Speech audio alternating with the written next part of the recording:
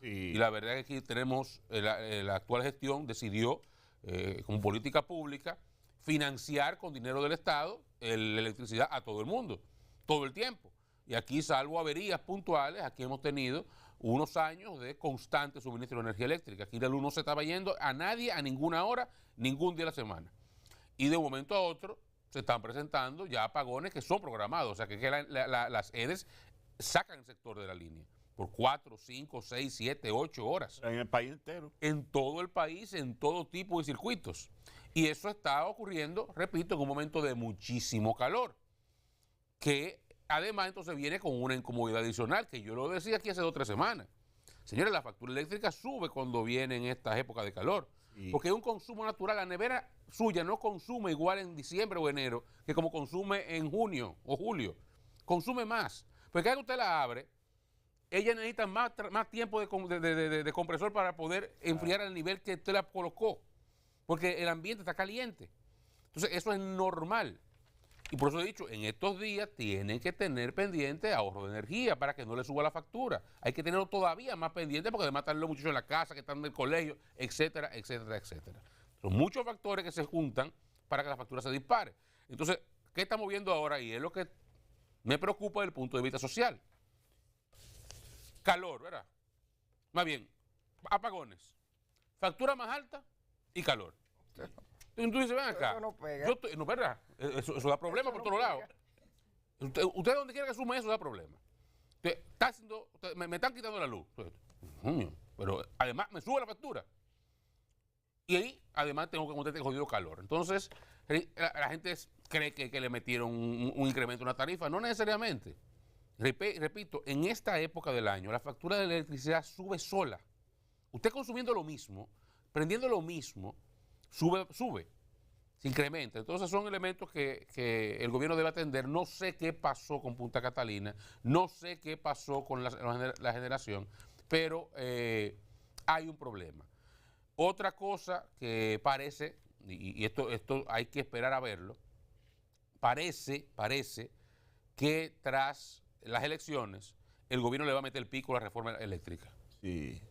Parece que a Celso Marrancini, que se le había encargado ya además de Punta Catalina, se le había encargado ser presidente del Consejo Unificado de las Sedes, y él tiene una visión aparentemente que parte del gobierno comparte para el manejo de las distribuidoras sobre todo.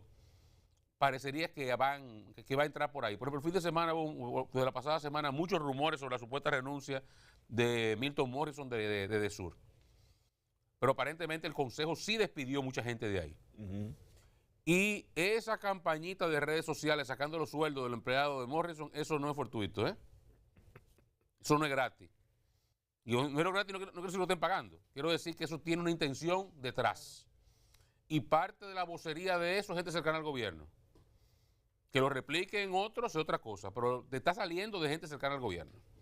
O sea que parece que también están debilitando posiciones ahí en la sede. O sea, yo no sé qué está pasando a ciencia cierta, pero algo está pasando en el sector eléctrico que parece que las cosas no van a seguir igual que estos primeros 4 años de gobierno. Que hay cosas que van a cambiar y parece que van a comenzar por esa parte de cómo se gerencian las EDES.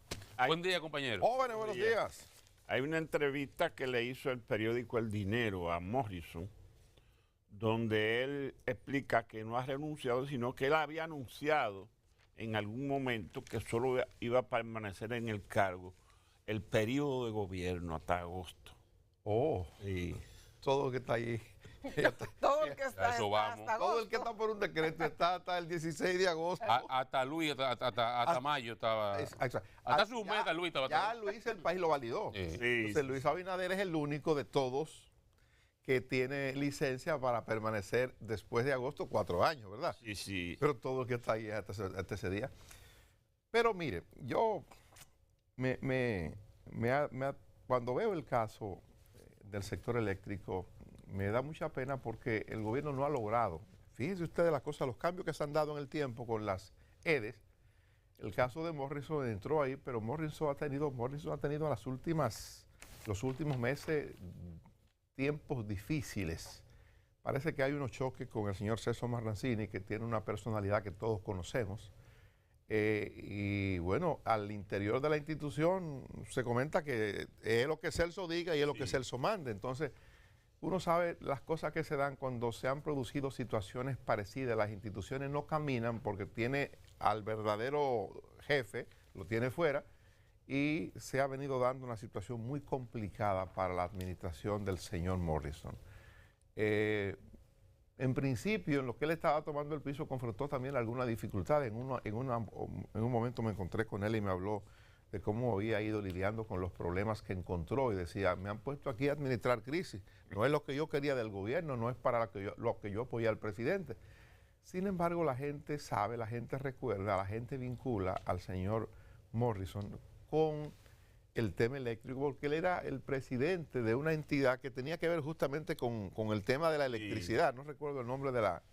Asociación de los Generadores. Exactamente. Era la asociación él era el representante, director ejecutivo de la asociación que agrupaba a los generadores. Que se llama Asociación Dominicana de Empresas Eléctricas, algo así. O de la industria eléctrica. Exactamente. Entonces, me imagino yo que cuando el presidente le toca la oportunidad de considerar a este hombre para un decreto, un hombre que consiguió, o un grupo que lo patrocinaba, consiguió la aprobación de un partido político en cuestión de días, se armó ese partido, aprobaron ese partido, y ese partido apoyó al presidente Abinader en campaña. Cuando el presidente le toca hacer un decreto, dirá, pues este hombre lo que yo lo veo vinculado al sector eléctrico. Sí. Lo normal era que vaya al sector, y cayó en Edesur una de las principales, bueno, una de las tres EDE, tiene muchos problemas, tiene un sector importante del país al que le distribuye energía eléctrica, y cuando conversé con él me decía de cómo había ido paleando la crisis que encontró y que era lo que le había tocado, que esperaba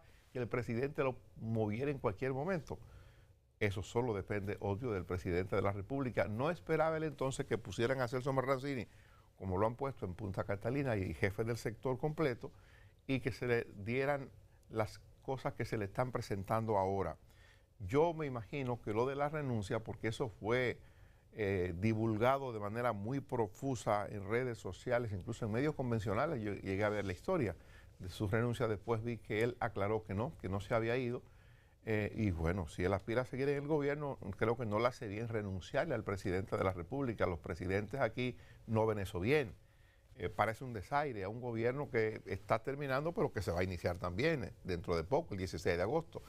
De modo que el tema en el sector eléctrico sigue estando complicado. El gobierno no ha estado en sus mejores momentos con el tema. Hay que ver cómo a futuro se puede negociar lo del pacto eléctrico, que son algunos de los requerimientos que los sectores o que sectores importantes del país ponen sobre la mesa para lo de la reforma fiscal. ¿Qué hacemos con el sector eléctrico? Y yo digo, cuando tengamos que hablar del pacto eléctrico, el presidente del CONE, que va a jugar un papel importante, es Celso Juan, y el jefe del sector en el gobierno es don Celso Marrancini. Entre padre e hijo a lo mejor nos ponemos de acuerdo. Mire, en el caso del sector eléctrico, y ya visto este periodo de gobierno que ya concluye, yo creo que el gobierno no ha tenido éxito. Para no decir que ha fracasado. Pero no por si fracasado, porque hay cosas positivas. Por ejemplo, están instalando plantas. Yo creo que hay una serie de inversiones que se han canalizado del sector privado. Eso es bueno. Lo de Montecristi es una realidad. Eso está ahí para cualquier momento comenzar a generar. Hay inversiones importantes en la zona este del país que ya están algunas consolidadas, otras ya en procura de llegar. O sea, hay cosas que han pasado. Y muchas veces en sectores no se ven lo inmediato algunos pasos que se dan. Y yo creo que en materia de atraer inversión a la generación, esta gestión ha sido exitosa, inversión privada, o por lo menos así lo aparenta, y pudiéramos ver resultados en un tiempo relativamente corto ya. Pero en la distribución no lo ha sido. Y no lo ha sido porque, si bien las pérdidas del sector eléctrico tienen un incremento sustancial, y ese incremento, la mayor parte del mismo se explica con dar energía eléctrica a todo el mundo, sin importar que el sector esté pagando o no pagando, porque antes había sectores de 24 horas, sectores de diversas calificaciones que le daban a usted más o menos luz en la medida que ese sector estuviera o no pagando la energía eléctrica. Eso ayudaba a que si yo sirvo menos energía en las zonas que no pagan, bueno, pierdo menos. Este gobierno decidió no aplicar eso, sino, ya hace un momento lo explicaba, darle luz a todo el mundo y eso incrementa las pérdidas. Pero hay otra parte que está explicada en ineficiencia. Es menor la parte del incremento del déficit que está explicado en ineficiencia, pero existe, está ahí. No ha mejorado. Milton Morrison, por ejemplo, yo tengo mucho aprecio, pero Milton Morrison, que dice que está administrando crisis, bueno, todo el que ha pasado por todas las sedes, lo que ha administrado de crisis. Sí. Sépalo usted, don Milton, que eso es un exclusivo suyo.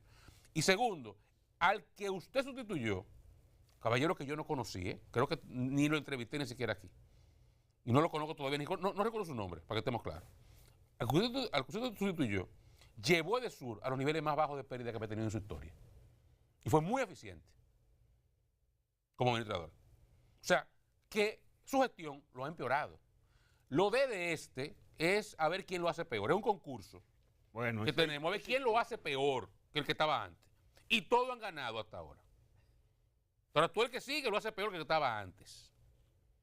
Edenorte comenzó muy mal, se estabilizó, pero no ha mejorado.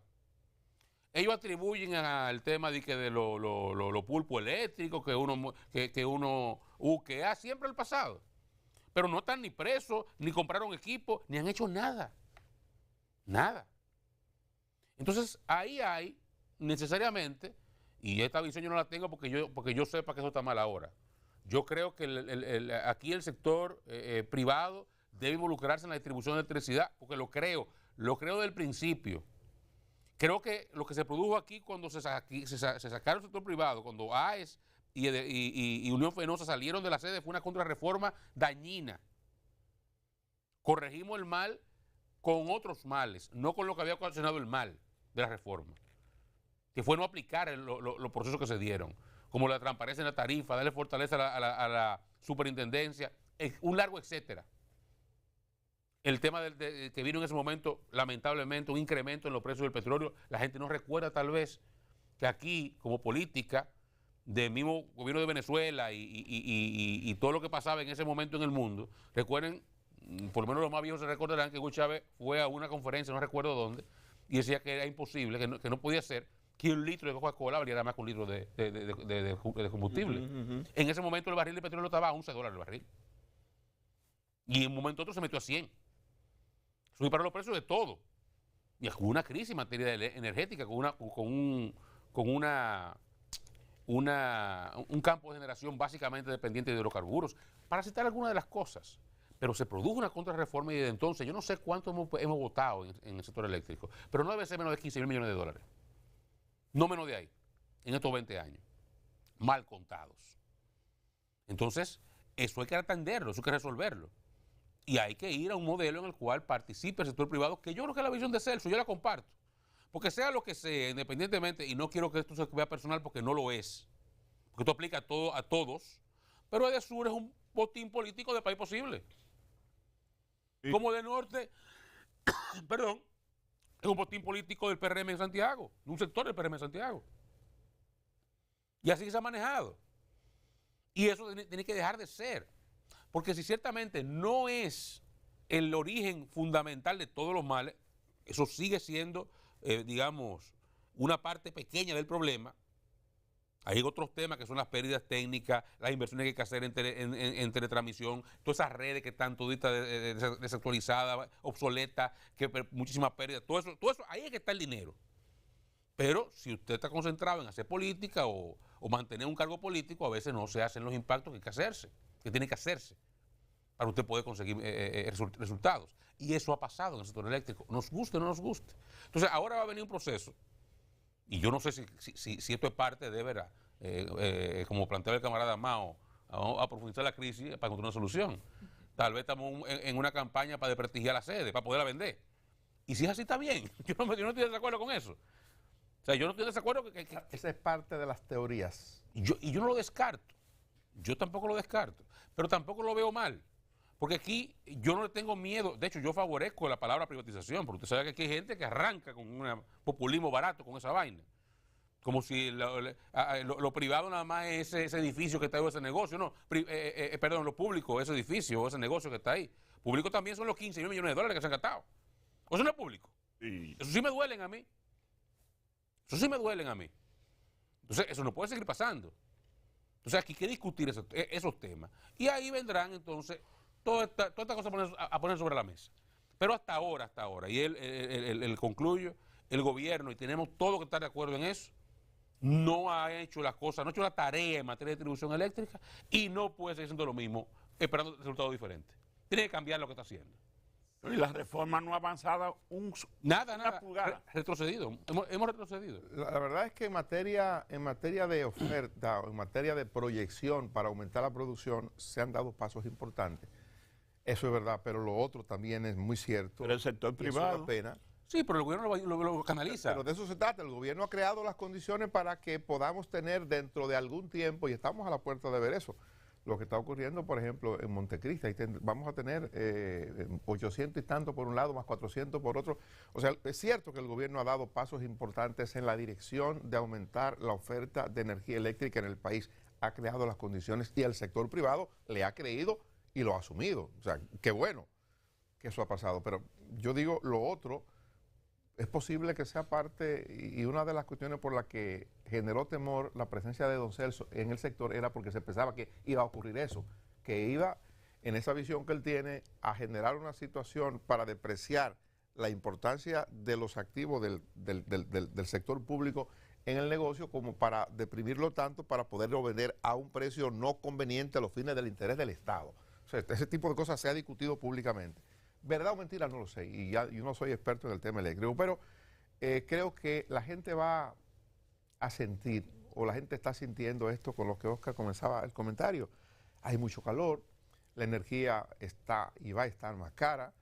Esto ocurre en medio en que el gobierno está anunciando un programa de reformas importante que necesita de cierta tranquilidad, no solamente en la parte política que tiene representación en el Congreso, sino en la parte social. Que la gente esté de buen ánimo. Yo, de verdad, que en los últimos días he escuchado cosas. Gente molesta con el gobierno por el calor. Gente molesta por la factura. He escuchado. No, por el calor, no, por los apagones. No es el calor como tal. Ambas cosas. Es más, que el calor se como siente decía, más por los apagones. como dice Luis Mercedes, es lo mismo, es lo mismo. Pues mire, yo he escuchado muchas cosas y me da la impresión de que el gobierno tiene que hacer algo pronto para echarle un jarro de agua, ¿verdad?, al caldero, como que lo siento muy caliente. Sí. Es necesario que eso se produzca. Yo no sé, y creo que, bueno, no es que no sé, creo que el gobierno va a hacer cambios en los próximos días, según todas las especulaciones. Lo ordinario es que haga cambios en la administración pública a partir del 16 de agosto, cuando inicie un gobierno nuevo, y cuando hay que confirmar a los que se quedan, y hay que hacer un equipo nuevo con los que vienen. Eso quizá un poco tranquilice a la gente o genere expectativa nueva, porque lo que siento, o quizás el escenario o los escenarios donde yo me he estado moviendo son escenarios muy particulares, digo yo, para buscarle una explicación, pero la gente la siento irritada.